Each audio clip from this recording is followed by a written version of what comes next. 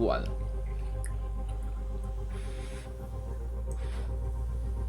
早安RRRROOPPO。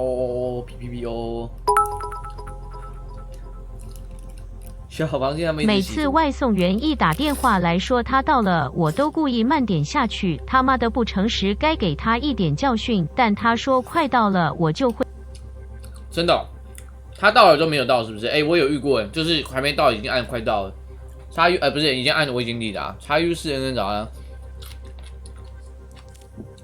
还有那个地址，他那个地址没有在看的，就是我跟他说送前面，然后他把它拿到车门去放，然后说你在哪里之类的，但那种我也很阻拦。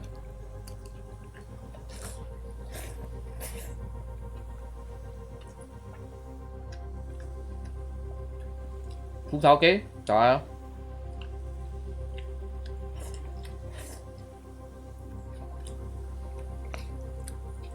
哎，前几个月有个去吃海底捞，吃东西太烫，然后你们喜欢吃烫的东西吗？要小心耶，他吃太烫，然后结果烫到那个喉咙起血泡，然后就噎死了。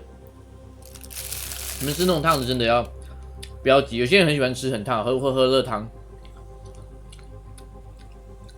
有一个女的去吃一吃，把自己吃到噎死了，因为她被烫出伤口来。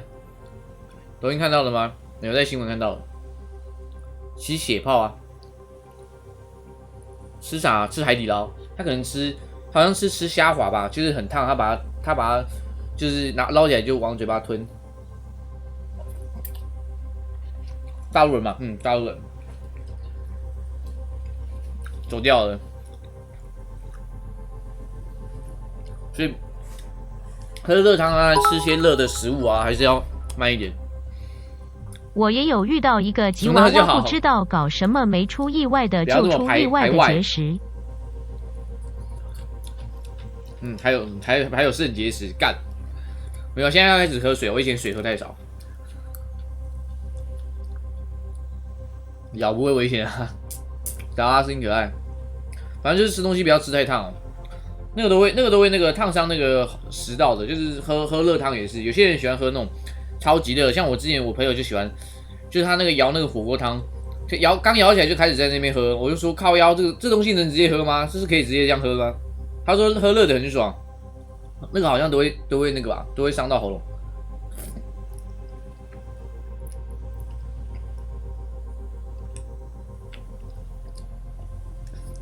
乱讲一点都不滚烫。